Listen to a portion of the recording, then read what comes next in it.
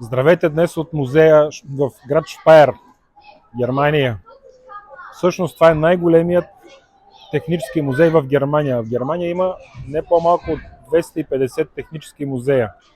И днес сме на територията на най-големия от тях, който обхваща 160 000 квадратни метра. Започваме нашата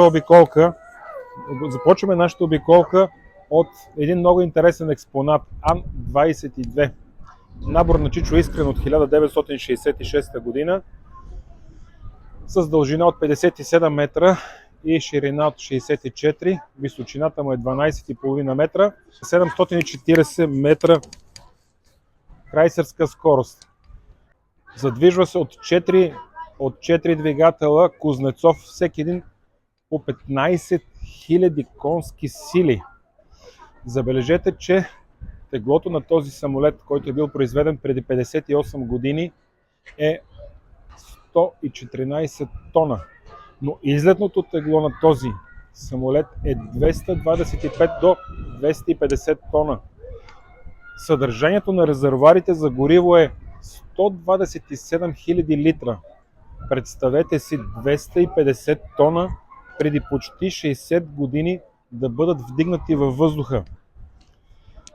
Акостирал е този огромен екземпляр на 29 декември 1999 година, точно в началото на новото хилядолетие. Отзад ще видите голямата врата, през която всъщност са изсипвани тежките танкове, заради които всъщност е направен този самолет и заради които той е бил въведен в експлоатация. 1966 година, разбира се, това е в разгара на студената война и този самолет е можел да транспортира за пръв път неговите танкове Т-62. Изключително интересен екземпляр, но от тук продължаваме с, може би, най-интересният екземпляр от техническия музей в Шпайер.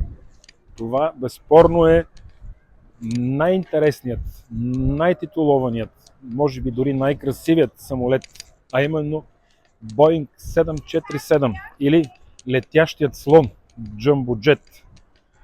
Този самолет, от който са произведени над 1400 бройки с цена от около 350 до 380 милиона долара, от 1968 година, когато е въведен в експлоатация, е превозил най-вероятно и съвсем сигурно най-много пътници в целия свят. Само за сравнение, най-големият пътнически самолет, който в момента се движи по всички небета, а именно А380 на Airbus, е произведен само в 252 екземпляра.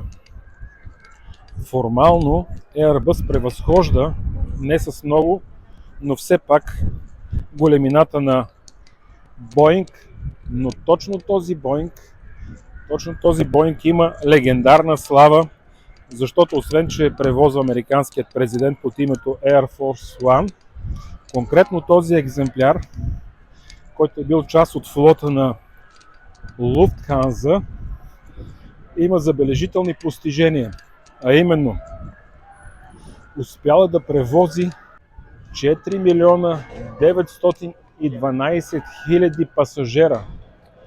Изминал е 80 милиона километра. Бил е във въздуха 100 000 часа. И забележете, 16 374 пъти този тежащ 363 тона самолет при излитането си е успял да се вдигне от земята. Пак повтарям, 16 374 пъти този самолет, тежащ 363 тона, е успял да се вдигне във въздуха, за да превози внушителните 4 милиона 919 200 пасажера и да измине 80 милиона километра. Аз друг такъв самолет наистина не знам да е произвеждан някога в човешката история.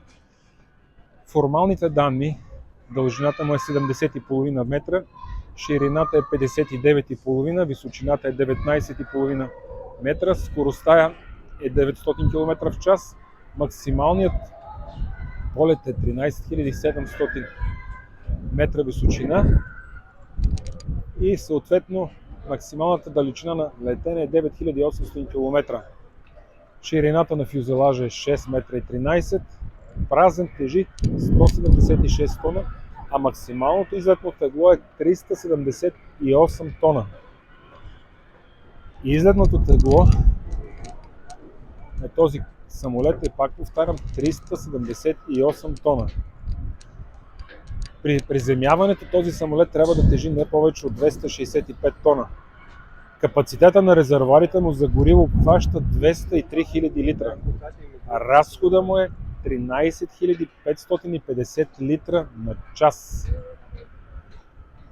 Когато този самолет е бил въведен в експлоатация на 20 октомври 1978 година, на него са му присвоили името Шлезвиг-Холщайн, по името на една от немските провинции. Разбира се, целта по това време е била да се модернизира пътническия флот на Луфтханза и когато той е завършил своята служба, на 21 до 24 март 2002 година е бил транспортиран и с помощта на 3 тежки крана е качен на тези високи, може би около 20 метра пилони, за забавление и за радост на малки и големи, които посещават най-големият технически музей в Германия, именно музея в град Шпайер. Вече намираме вътре в закритото хале, посветено на космическата техника. Тук германците показват изключителна кооперативност по отношение на проекти както от Съветският съюз, някогашният, така и американски проекти на програмата Аполо 15. Но разбира се, гвоздият в програмата е совалката Буран. В превод от руски език означава снежна буря. Това е космически кораб за многократно използване, създаден в Съветския съюз в средата на 80-те години на 20 век.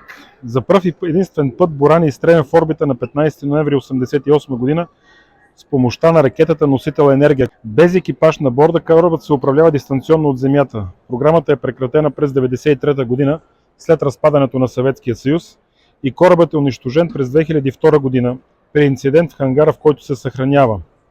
След разпадането на Съветския съюз, проектът Буран първоначално е замразен, а през 1993 година е прекратен. По план е трябвало да бъдат построени 5 орбитални кораба, от които са построени само 2, а третият е недостроен.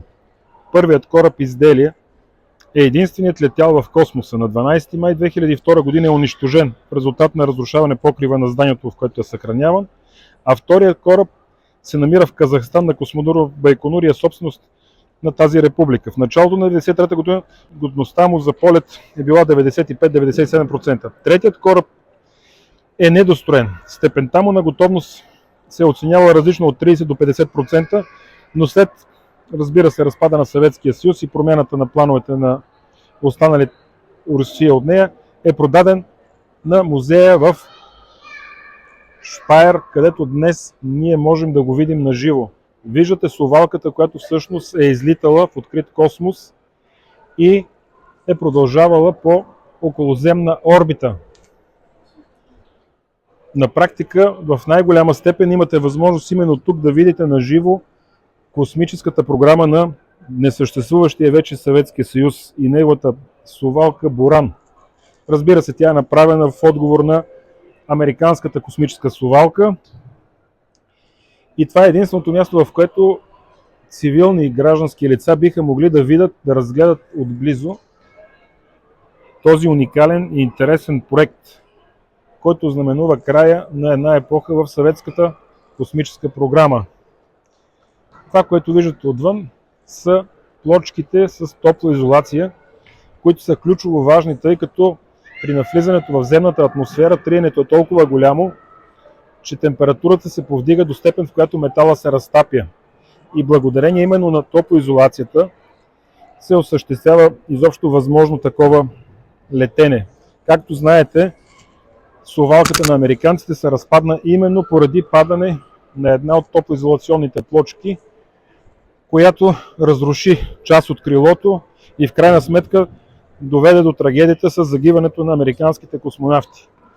В случая с съветската програма нямаме такива инциденти, но за съжаление поради чисто политически причини този уникален иновативен проект беше прекратен и днес единствената възможност да го видим е тук в град Шпайер в Техническия музей, благодарение на добрите по това време връзки между Германия и Съветският съюз, по-късно от Русия.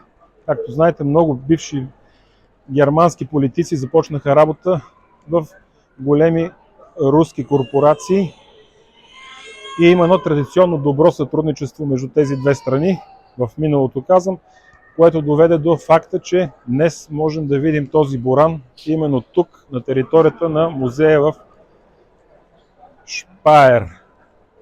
Изключително интересен, уникален обект и изключителна възможност за всеки един, който иска да види отблизо и да докосне този уникален проект на космическата индустрия.